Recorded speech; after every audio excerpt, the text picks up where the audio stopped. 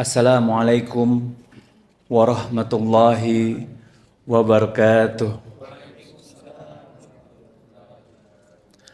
Alhamdulillahi rabbil alamin. Alhamdulillahilladzi bi ni'matihi tatimmus shalihat. Jazakallahu khair.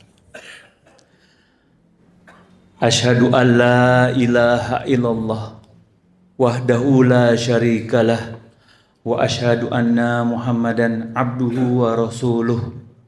Qala Allah Ta'ala fi Qur'anil Karim, ya ayyuhalladzina amanu taqullaha haqqa tuqatih wa la tamutunna illa wa antum muslimun. Wa qala aidan, ya ayyuhan nasu taqu rabbakumul ladzi khalaqakum min nafsin wahidah wa khalaqa minha zawjaha wa batha minhuma rijalan katsiran wa nisaa'a. Wattaqullaha allazi tasaaluna bihi wal arham innallaha kana 'alaikum raqiba. Allahumma shalli ala Muhammad wa ala alihi wa sahbihi wa man tabi'ahum bi ihsanin ila yaumiddin, amma ba'd. Alhamdulillah, segala puji dan syukur kita panjatkan atas nikmat yang Allah berikan. Salawat serta salam kita panjatkan kepada junjungan kita, teladan kita, yang sejarah kehidupannya kita baca, kita pelajari setiap hari Rabu ba'da zuhur, Rasulullah sallallahu alaihi wasallam. Pada kesempatan kali ini kita akan membahas dakwah. Judulnya sih dakwah sembunyi-sembunyi ya. Jadi sebenarnya bukan sembunyi-sembunyi. Memang metodenya dari lingkaran terdekat dulu. Jadi nanti ada masanya dakwah secara terang-terangan. Karena bahasa Arab itu kadang kalau diterjemahkan ke bahasa Indonesia nggak bisa plek-plek gitu. Agak panjang penjelasannya. Singkatnya jadinya sembunyi-sembunyi deh. Kita bahas dulu masa dakwah Rasulullah Shallallahu Alaihi Wasallam. Beliau pada periode yang awal Mekah apa Madinah dulu? Mekah ya. Jangan sampai kebalik. Mekah dulu. Mekah selama 13 tahun. Kemudian masa Madinah 10 tahun. Dan setiap periode ini sudah Allah takdirkan punya kekhasan sendiri. Punya metode dakwah sendiri. Dan yang disesuaikan dengan kondisi dan tantangan masyarakatnya.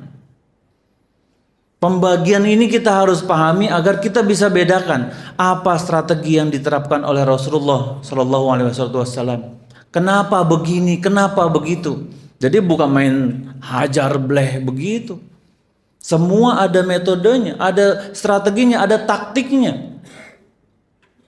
Makanya kadang kalau ada orang-orang baru hijrah, baru belajar agama, main dihajar aja orang-orang. Ini salah, ini halal, ini haram.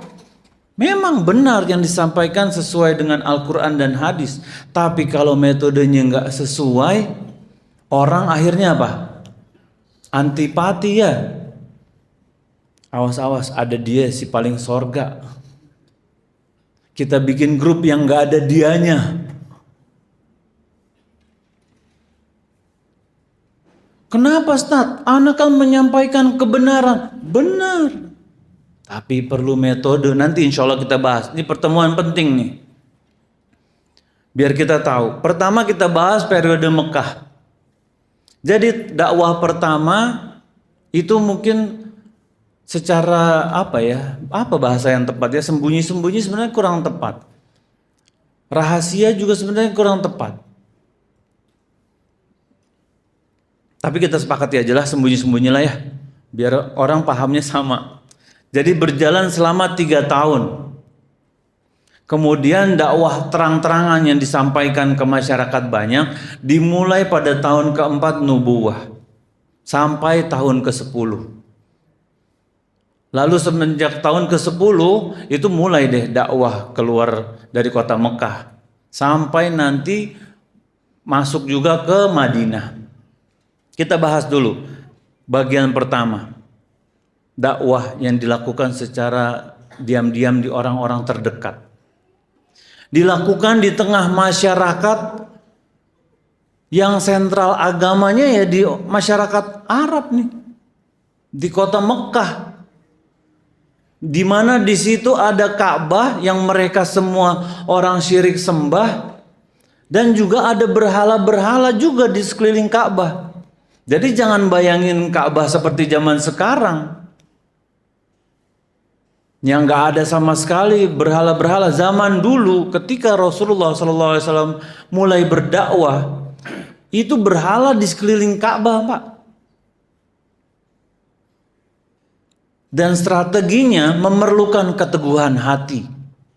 Gimana mau ngajak orang menuju kebenaran di saat itu banyak berhala di sekeliling.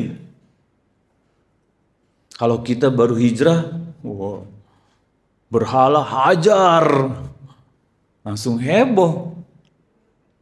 Akhirnya apa? Kalau misalnya heboh, konfrontasi kan? Apa yang kamu lakukan? Bahaya ini buat dakwah yang baru dimulai. Dan Rasulullah SAW memulai dari lingkungan terdekat yang dikenal baik, yang paham karakter beliau alaihissalam dan menerima beliau dengan yakin. Ini kita pahami bahwa dakwah ini harus dimulai dengan prinsip bijaksana, bukan dengan kegaduhan, menghina sana, menghina sini, yang mengguncang masyarakat. Dan kita lihat ketika mengajak orang yang terdekat, karena apa? Karena mereka sudah hidup bersama, sudah kenal bertahun-tahun, sudah tahu bagaimana karakter beliau. Makanya ketika sudah mengenal integritas beliau alaihissalatu wassalam, orang-orang terdekat, Anda belum sebut orang-orangnya, langsung apa Pak? Yakin gak? Yakin, percaya, ikut. Langsung memenuhi seruan beliau alaihissalatu wassalam.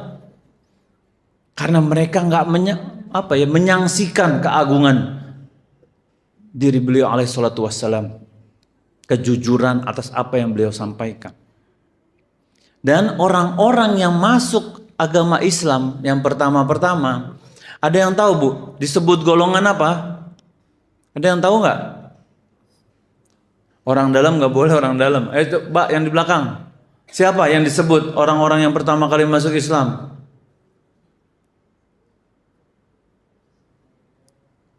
Dibantu Asabi. Siapa? Nah, silakan Pak. Barakallahu fiik, ini hadiah buat Bapak nih. Nanti ya, habis kajian ke sini ya. Jangan langsung pulang. As-sabiqunal awwalun. Orang-orang yang terdahulu, yang pertama-tama masuk Islam. Dan yang pertama masuk Islam adalah istri beliau, Khadijah radhiyallahu anha. Istri Nabi jadi orang yang pertama, bukan cuma secara gender, tapi secara orang Islam yang pertama kali masuk Islam, nih orang pertama masuk Islam, beliau. Yang kedua, ulama membahas dalam kitab ini dikatakan Waraqah bin Naufal. Makanya ada hadis yang Rasulullah SAW mengatakan jangan mencemooh Waraqah. Karena saya telah melihat disiapkan sebuah surga dan atau dua buah surga untuknya. Syekh Muhammad bin Utsaimin rahimahullah, beliau mengatakan yang paling pertama masuk Islam adalah Khadijah radhiyallahu anha. Kemudian yang laki-laki Waraqah bin Naufal. Namun karena Waraqah bin Naufal gak berapa lama mati, meninggal, itu menyebabkan munculnya perselisihan di kalangan ulama. Wallahu a'lam, apakah Waraqahnya masuk Islam atau enggak. Yang ketiga, Zaid bin Harithah adalah pembantu Rasulullah alaihissalam. Dulu dia merupakan tawanan, kemudian dijadikan budak dan dimiliki oleh Khadijah radhiyallahu anha. Dan akhirnya Khadijah radhiyallahu anha memberikan kepada Rasulullah sallallahu alaihi wasallam. Itu yang orang keberapa tadi? Ketiga ya. Orang yang keempat, Ali bin Abi Thalib radhiyallahu anhu. Siapa beliau? Sepupu. Ali masih anak-anak Pak. hidup dalam asuhan Rasulullah SAW. Bahkan pamannya dan bapaknya pernah ketemu, ayo udah balik sama kita. Tapi nggak mau. Ali bin Abi Thalib memilih tinggal bersama Rasulullah SAW. Yang kelima, Abu Bakar As-Siddiq radhiyallahu anhu. Ini sahabat karib nih. Sahabat dekat. Dan mereka nih 5 orang ini, mereka masuk Islam pada hari pertama dimulainya dakwah. Gak nunggu lama-lama. Dan Abu Bakar As-Siddiq radhiyallahu anhu sangat bersemangat dalam berdakwah, mengajak orang mengenal Islam.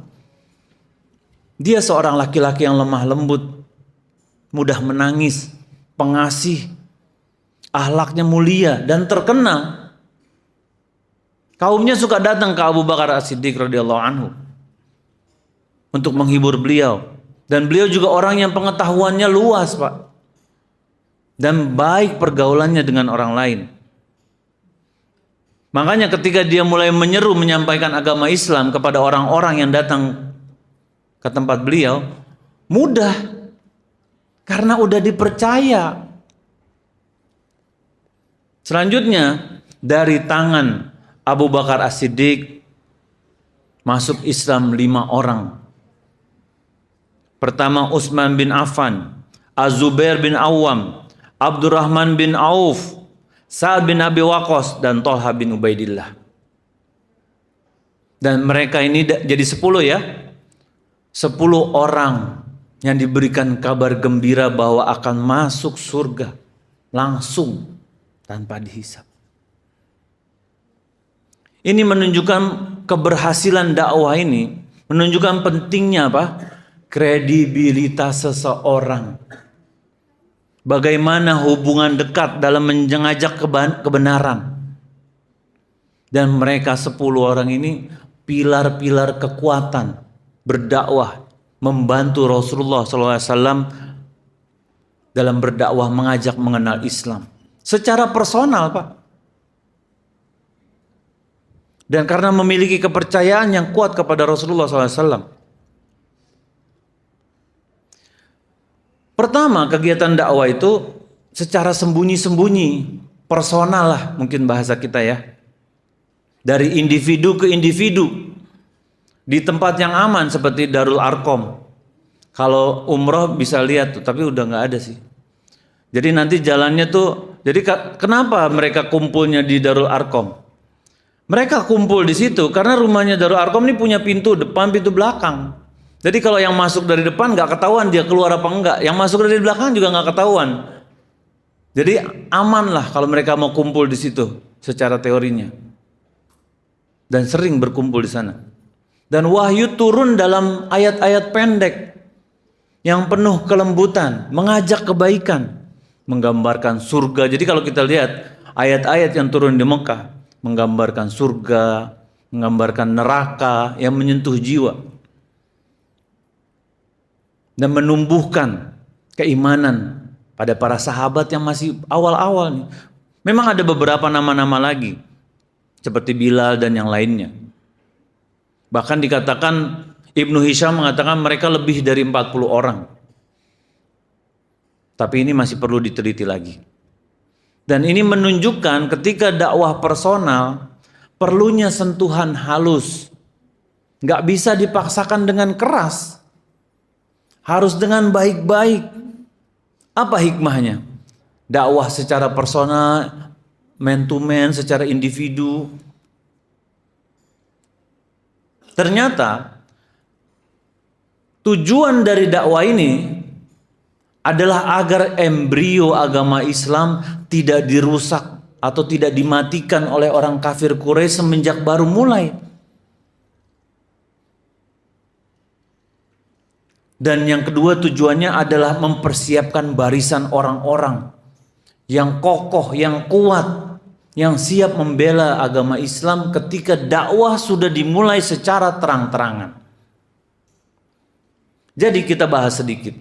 Hukum asal dakwah adalah terang-terangan, Pak. Syekh Abu Bakar Al-Jazairi mengatakan bahwa dakwah sembunyi bukanlah dasar utama, melainkan uzur atau pengecualian, istisna, karena kondisi darurat.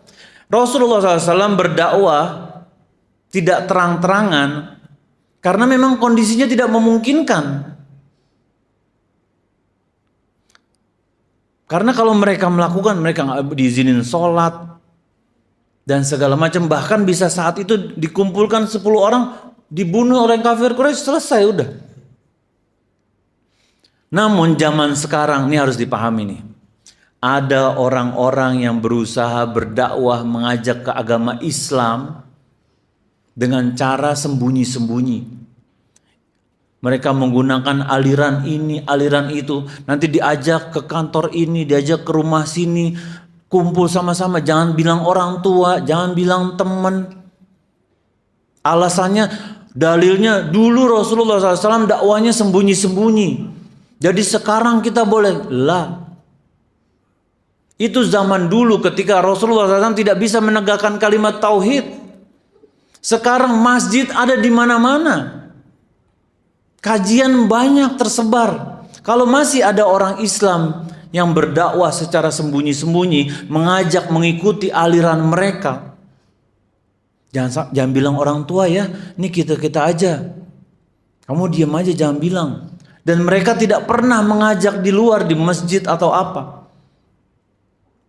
Mengajak taklid kepada ajaran mereka, hati-hati. Karena banyak orang-orang yang mengaku agama Islam, tapi terjadi penyelewengan, penyimpangan. Akhirnya mereka berbuat kerusakan pada agama Islam, na'udzubillah. Dan Allah tidak membebani seseorang di luar kemampuannya. Kalau kita tidak memiliki kemampuan berdakwah, nggak usah dipaksain. Namun jika Allah berikan kita kesempatan untuk berdakwah, untuk membantu, biar cuma pasang kamera, biar cuma upload, biar cuma share info kajian, udah bantu dakwah itu. Jangan anggap sepele. Dan Allah pilih orang-orang yang bisa bantu dakwah, nggak semuanya Pak. Dan kita harus lakukan sesuai dengan caranya yang benar. Mengajak dengan hikmah, dengan baik, dengan senyum. Karena Allah katakan dalam Quran surat Al-Baqarah ayat 286. La yukallifullahu nafsan illa wus'aha. Allah tidak membebani seseorang di luar kemampuannya. Tandanya apa? Kalau dia nggak mampu berdakwah, nggak usah dipaksain. Tapi jika dia belajar, dia ada ilmunya, dia terus belajar, dan Allah berikan kesempatan, dakwah ini tugas mulia.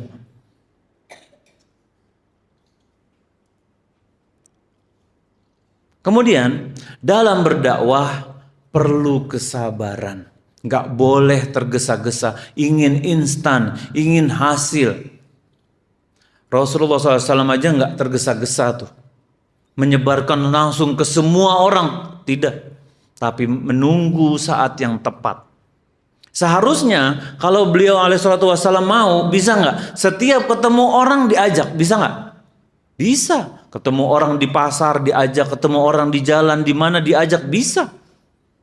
Di perkumpulan di Masjidil Haram bisa kalau mau, tapi tidak. Dia tidak menceritakan dakwah itu kepada semua orang-orang kecuali orang-orang yang tertentu. Beliau hanya berdakwah kepada orang-orang yang telah dikenalnya dan menunjukkan kesiapan menerima kebenaran. Ini dua ya kuncinya ya. Kenal dan siap menerima kebenaran. Karena kalau salah satu nggak ada, berat.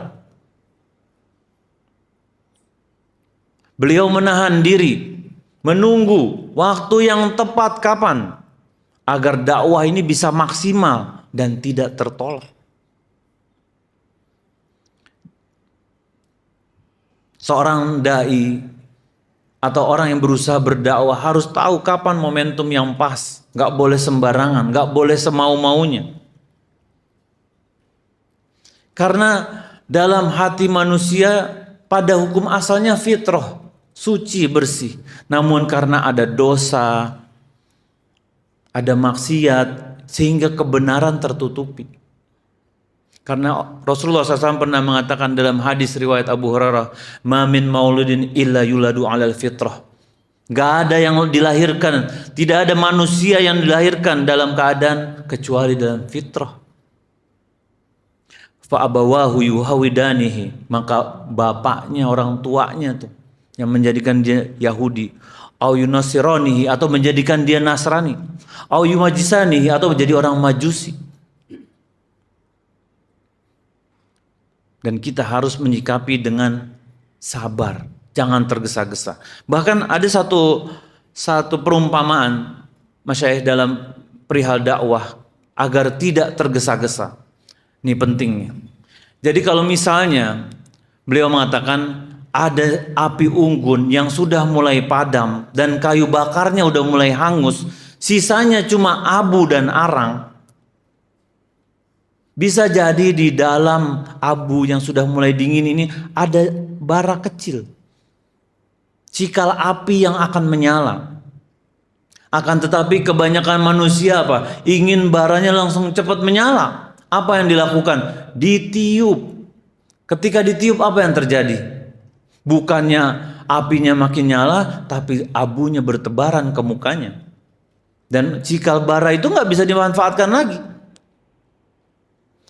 Caranya bagaimana? Dengan sabar, diambil, ditiup pelan, diberikan serpian-serpian kayu kecil dengan sabar. Jangan tergesa-gesa.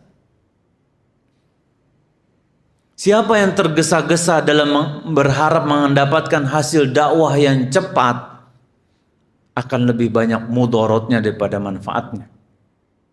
Karena dia berusaha membersihkan karat yang nempel di hati. Perlu kesabaran, perlu metode. Jangan tergesa-gesa. Bagaimana kisah Syekh Imam Muhammad At-Tamimi rahimahullah, beliau mengatakan ketika beliau datang ke kota Saudi, waktu itu datang ke kota Riyadh, lihat ada manusia berkumpul bertawaf di kuburan Zaid bin Al-Khattab. Jadi beliau mau mendakwahkan tauhid nih. Masih baru mau mulai. Apakah beliau bubarkan itu semua? Enggak. Beliau mengatakan Allah lebih mulia daripada si Zaid. Ini kuburan si Zaid nih, yang orang-orang tawaf. Ini terjadi pada awal dakwah beliau. Dan ini muncul karena kebijaksanaan, kearifan beliau dalam berdakwah. Bersabar, tidak terburu-buru. Hikmah selanjutnya, siapa tadi yang orang pertama masuk Islam? Khadijah radhiyallahu anha. Ini menunjukkan bahwa peran wanita dalam agama Islam sangat penting, sangat dimuliakan. Karena yang menjadi target dakwah pertama siapa? Wanita. Khadijah radhiyallahu anha juga adalah manusia penolong pertama Rasulullah SAW. Ketika mendapatkan wahyu di Gua Hiro, kan kita sempat bahas kemarin, menghibur, menenteramkan hati beliau. Jadi kita jangan terpengaruh anggapan bahwa agama Islam merendahkan peranan wanita. Enggak, kita bisa bantah dengan ini. Karena ada orang-orang liberal yang berusaha merusak agama kita, membuat orang Islam zolim sama wanita, buktinya perempuan cuma dapat setengah dan sebagai macam alasannya. Mereka nggak paham agama kita. Mereka berusaha menggunakan dalil-dalil dari agama kita dengan pemahaman mereka. Jika kita kasih tahu lebih jauh, mereka baru paham. Dan jangan sampai mereka menggunakan pemahaman mereka, kitanya malah percaya. Oh iya ya, benar juga, nauzubillah. Karena ada Pak orang-orang yang seperti itu, berusaha merusak agama kita. Hikmah selanjutnya, bagaimana keseriusan Abu Bakar As-Siddiq radhiyallahu anhu dalam dakwah personal. Abu Bakar radhiyallahu anhu semangat tuh mendakwahkan kelima sosok bahkan. Ini menunjukkan apa? pengaruh satu orang tuh bisa pengaruh maksimal. Melalui pendekatan pribadi beliau berhasil mengajak 5 orang dari 10 orang yang diberi kabar gembira akan masuk surga langsung. Dia cuma seorang diri, tapi dia gesit, lincah, semangat. Karena dia tahu ini kesempatan dia berdakwah. Bagaimana dengan kita? Seberapa gesit kita? Ada poster kajian, udahlah biarin. Padahal wifi-nya unlimited. Ada bikin video, ntar aja lah bulan depan. Padahal ustadznya udah minta. Perlu ini, perlu belajar bikin pasang kamera, nggak belajar. Ini kesempatan berdakwah, bermanfaat buat agama kita, buat diri kita nanti. Yang banyak dilalaikan oleh orang banyak sekarang. Udahlah ustadznya aja lah, kita di belakang aja, nggak usah ngapa-ngapain. Pak, ngajak orang ke sini, sholat zuhur dan dengar kajian, dakwah nggak itu? Dakwah. Ajak teman-teman kantornya. Ayo kita belajar sirah sama-sama. Penuhi masjid ini. Kita belajar sama-sama. Itu dakwah kita. Ajak istri kita kalau memungkinkan. Ajak anak kita. Apa kita mau masuk surga sendiri? Enggak kan? Biarin Ustaz, biar istri anak di neraka aja. Nauzubillah. Enggak ya, enggak kayak gitu. Parah itu ya. Enggak, ajak semuanya. Karena sayang. Kita mengajak seseorang dalam dakwah itu karena sayang sama dia. Agar sama-sama mengenal Allah. Agar sama-sama jadi orang yang takut sama Allah. Makanya setiap orang tuh beda-beda. Dan dikatakan surga juga berderajat-derajat. Karena itu tadi. Dan berdakwah secara personal. Butuh tempat gak Pak? Butuh masjid, butuh mic? Enggak. Bisa gak kita lagi ketemu orang di tangga masjid? Bisa gak? Bisa. Bisa gak lagi di halte busway? Bisa. Di ruang makan bisa. Di kantor bisa. Dan caranya gak harus pakai mic. Mana ada speaker gak? Anda mau bicara nih. Kata manajernya, ini kenapa jadi begini? Enggak, bisa aja lagi cerita. Bro, itu gimana sih sholat rawatib tuh katanya dapat pahala ya? Sholatnya kapan aja? Oh, jadi sholatnya gini, nanti gini. Yuk, Hana tunjukin. Atau nanti ini caranya gini loh. Nah, paling penting tuh subuh. Nah, kalau kita dengan semangat dan dia kenal dengan kita, kalau tanya-tanya lagi gampang lah. Kita ngobrol aja. Ada kok video-videonya atau apa? Kan bisa kayak gitu.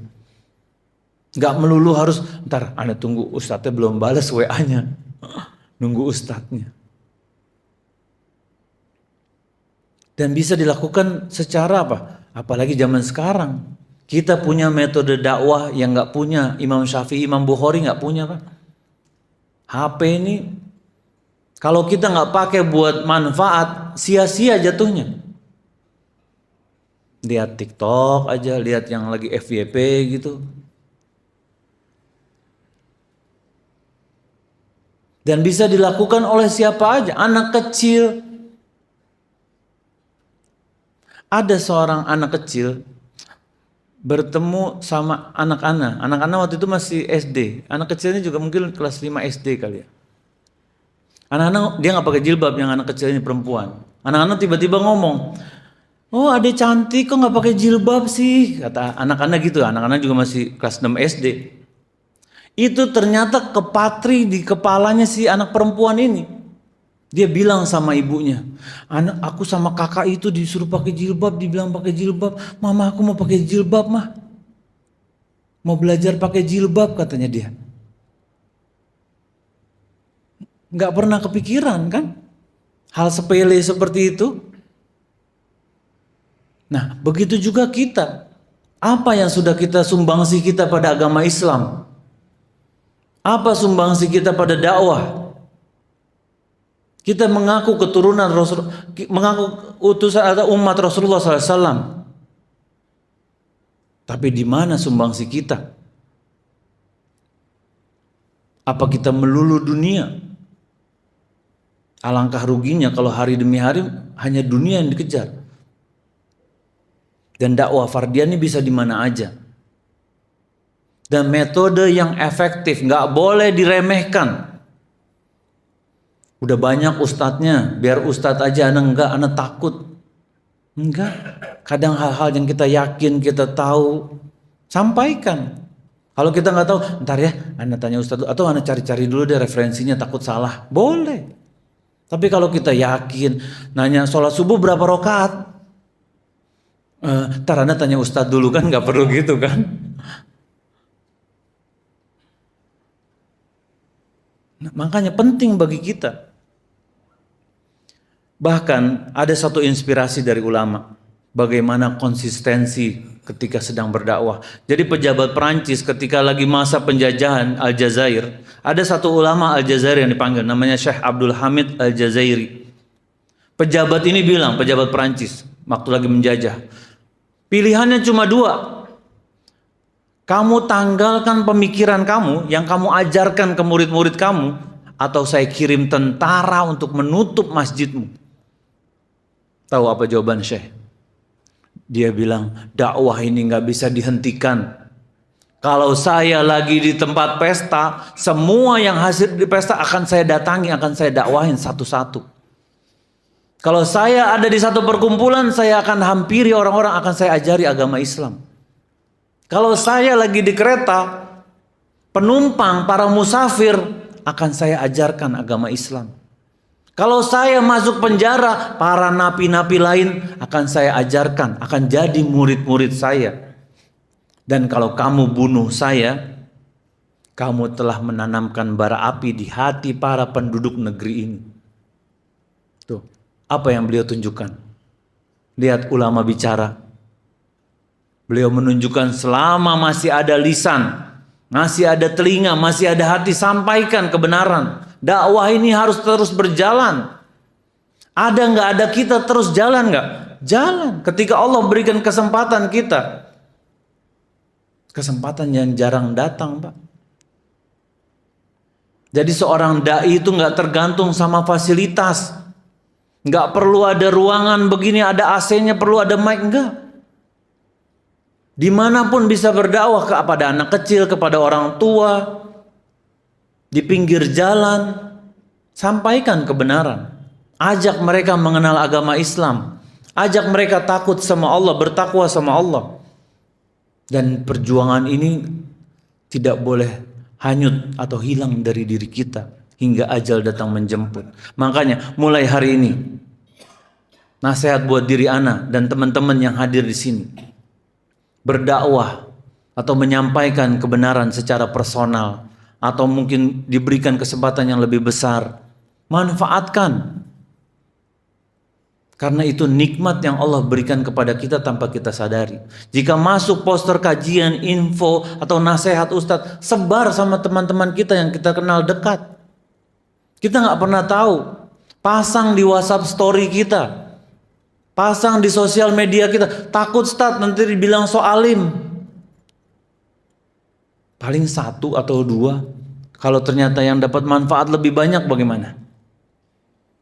Ketika kita berdiri di hadapan Allah, ternyata oh ini ketika kau share info kajian, oh ini ketika kau menyampaikan nasihat, dia dapat manfaat dan dia bertaubat misalnya. Kita nggak pernah tahu.